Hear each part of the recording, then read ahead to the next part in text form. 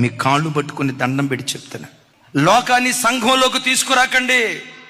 లోకంలో ఉన్న ఫ్యాషన్లో, లోకంలో ఉన్న కల్చర్, లోకంలో ఉన్న పద్ధతులు జీవం కలిగిన దేవుని సంఘానికి తీసుకురాకండి. దౌర్భాగ్యం, ఈరోజు క్రైస్తవ సంఘాలలోనే దైవ సేవకులు విశ్వాసులకు లోకాన్ని నేర్పుతున్నారు. ఓ గొప్ప సేవకుడి మనవరాలు యూట్యూబ్లో వాక్యం చెప్తుంది. దరిద్రం. వాక్యం చెప్పడం మంచిదే, ఆ వాక్యం చెప్తూ ఇంకొకసారి యూట్యూబ్లో ఏం పెడతాదో తెలుసా?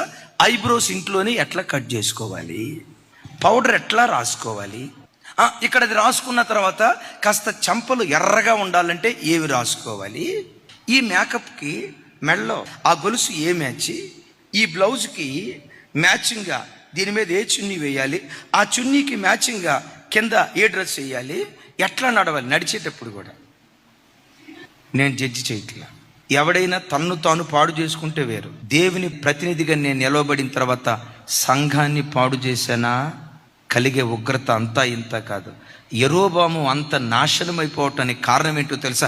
పెంట ఊడ్చినట్లుగా యెరోబాము ఇంటిని ఊడ్చాడట. ఎందుకో తెలుసా?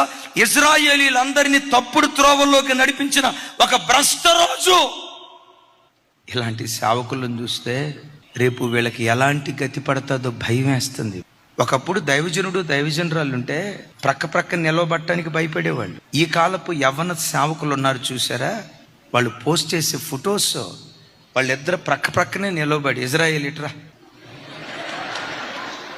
ఎవరు చూడాలరా నేను, ఇక చూడండి వాళ్ళిద్దరూ ఇక తతిమాయి అన్ని సోషల్ మీడియాలో వదులుతారు. వీళ్ళు బీచ్ల దగ్గర చేపట్టుకున్న ఆయన